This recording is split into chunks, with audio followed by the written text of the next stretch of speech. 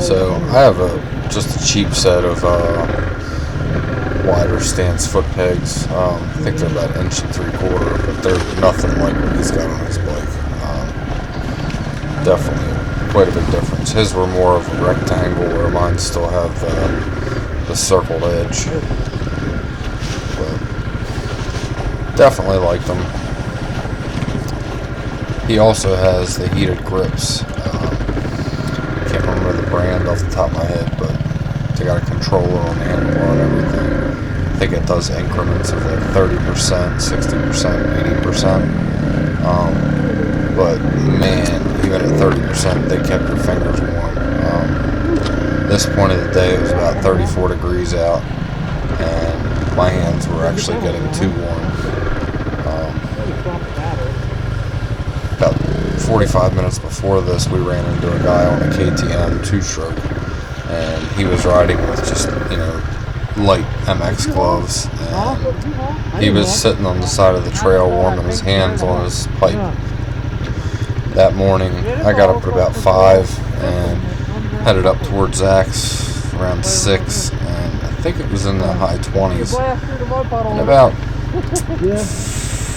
probably 15 miles in, my fingertips were starting to freeze. They were going numb a little bit, but my blood wasn't really flowing, and it was first thing in the morning. But the rest of the trip I was fine. And when we first got to the trails, the same thing happened.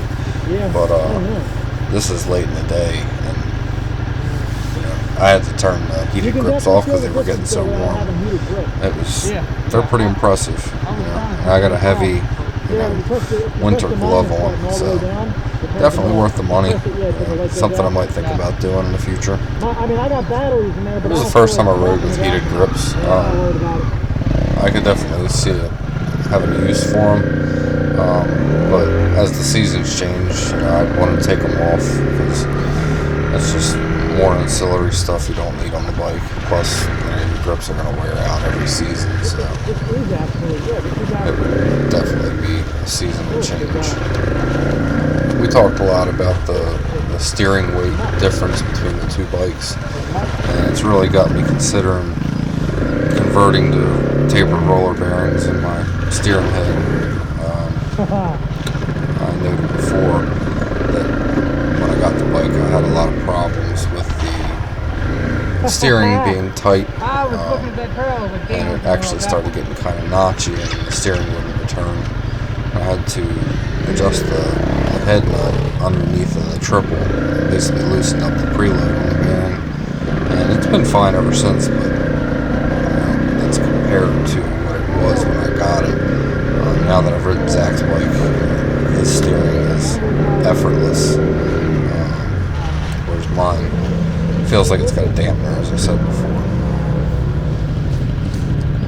His bike also has the IMS 3.5 gallon tank, and after riding, I didn't notice that it was any wider. Didn't seem to add much weight to the bike, and he had probably about half a tank when I rode it. So when I got home, I decided to look into the IMS tank and see if they had made one for the rally yet. Because when I first got the bike, they were still developing it. And they do have one. Unfortunately, you have to get a screw-on cap. Their video shows that it uses the factory cap with the key, but the only one for sale, the only option is the screw-on cap. But it was nice. You could get it in black or clear, which is actually like a transparent white yellow material. But my bike, it gets good gas mileage, but I tend to run it a little hard, and I only get about 100 miles to a tank. Sometimes I only get 60 to 80 depending on what I'm doing. So I think that would be a good investment, especially for long rides up here. I think I only saw 2 bars of fuel being used between the ride early in the morning and the ride here at A.O.A.A. But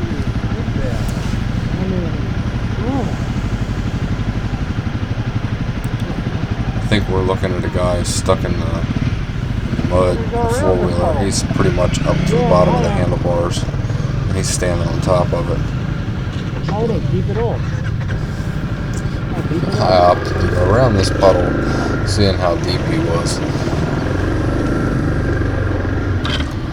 Again, I tried to stay dry today. I just bought a new pair of boots, great boots for the weather and everything, but boy, you get a splash of water on them and your feet are wet. So, on hills like this, on his bike, I could definitely tell the difference between the Race Tech front suspension and mine. And you can see he actually just had an abrupt hit, but I noticed his, you could really feel every small impact of a rock as you're going up the hill, whereas mine generally, it absorbs it and skips over, it seems. But I've also got the A.O.A.A rear suspension, and I did not have it adjusted for this ride at all. Definitely would have done me some good to tinker with it a little bit, because like when I'm riding his bike, the only thing I noticed with his rear suspension, he doesn't have a sag set, but it had, the rebound was really loose, so the bike was real springy on the rebound, and it's kind of off-putting a little bit. I guess for me getting off of my bike and getting onto his, I had mine set pretty soft, but the rebound is pretty tight on it, so that took a little bit of used to. It really would have been nice to reach the west side. We know for next time which way to go and all that. It's a lot more fun over there. I think the east side is predominantly Jeep trails and side-by-side stuff. We did eventually find some single track, but it was a little late. I did a little wheelie there and kind of falls neutral. We were basically talking about the suspension, what I was just speaking about. Yeah, when you get it up, you feel fine? But we're heading back to the van now. This trailhead closes at 3:30, which still, I kind of don't like that. I'm used to going to Trevorton, and we just unload and ride. Now, I don't mind paying $25 a day to ride. I have no problem with that whatsoever. But starting at the home office, I mean, it's a pretty good ride. You're going to be looking at, your first time at least 45 minutes getting over the coal hills, which, like I said, our bikes aren't going to do too much on the coal hills. We can probably hit some of the smaller hills, but I'm pretty sure my bike, even the way it's geared and with the tires, it would peter out probably halfway up one of the big hills. Who knows? It all depends on the terrain. Some days you go up there and the cold just pours down the mountain like a little avalanche behind you, and other days you got more grip, so it's hard to say, but I really don't think my bike would make it up unless I was just screaming. If I could keep the RPMs up in second gear, that would be the only way.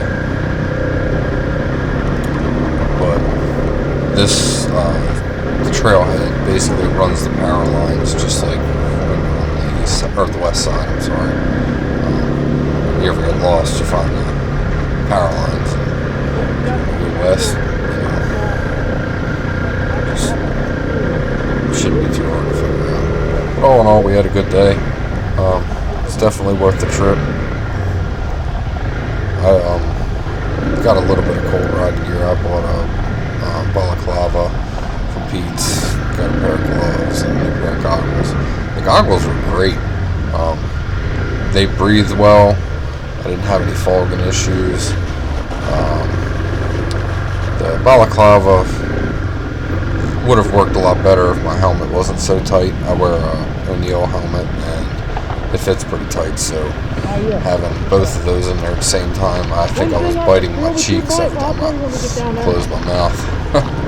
But I got a decent pair of Alpine Stars, all weather gloves. They still breathe a little bit too much on the fingertips. Like I said, that morning my fingers were going numb, but I stopped for just a moment, pulled my gloves off to check my GPS, and my fingertips were fine the rest of the ride. It was just early.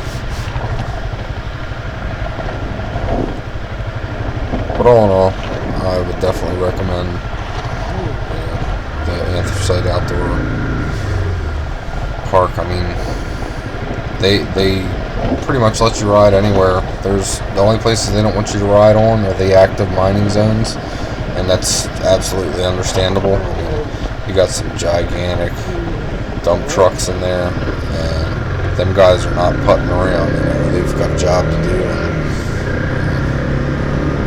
they don't need dirt bikes and four-wheelers flying around all around them. So that's cool. But over on the west side, I've never seen any activity. You know, it's pretty obvious where you should and shouldn't go for the most part. But this is the first time I've been there and actually saw trail markers. Last season, 2019, we didn't go up to Trevorton at all. 2018, I think I went twice, and I didn't see any trail markers when we were up there. So this is all new, and it kind of shows because the trail markers aren't exactly easy to understand. They've got like 333 is the highest trail I saw, and the place really isn't that big. I think they really should have condensed the trail numbers down a little bit better, because the majority of the trails are green, easy trails on their map, and you've got a couple red and I think a few black trails. But using the map was kind of hard to follow. I thought to myself, like, the Rever app or something of that nature would probably be great if they partnered with them, so that you could actually see where you're going. Because I mean, with all the different trail numbers and everything, and finding everything, you'd be stopping every 5 minutes trying to figure out where you're at. It was just it was different. I mean, the maps were set up just like Hatfield McCoy, but at the same point in time, Hatfield McCoy, it's not such a small area. You know, I mean, don't get me wrong, A.O.A.A is not small, but compared to Hatfield McCoy, it's tiny. You could probably ride most all of the trails at A.O.A.A in one day. You know, in the summertime, when you have a good 10 hours of daylight to ride, you're going to be tired. But down at Hatfield, let's say you're at Rock House, you're not going to ride all the trails in one day. If you do, you'd be just flying around everywhere and not really enjoying yourself.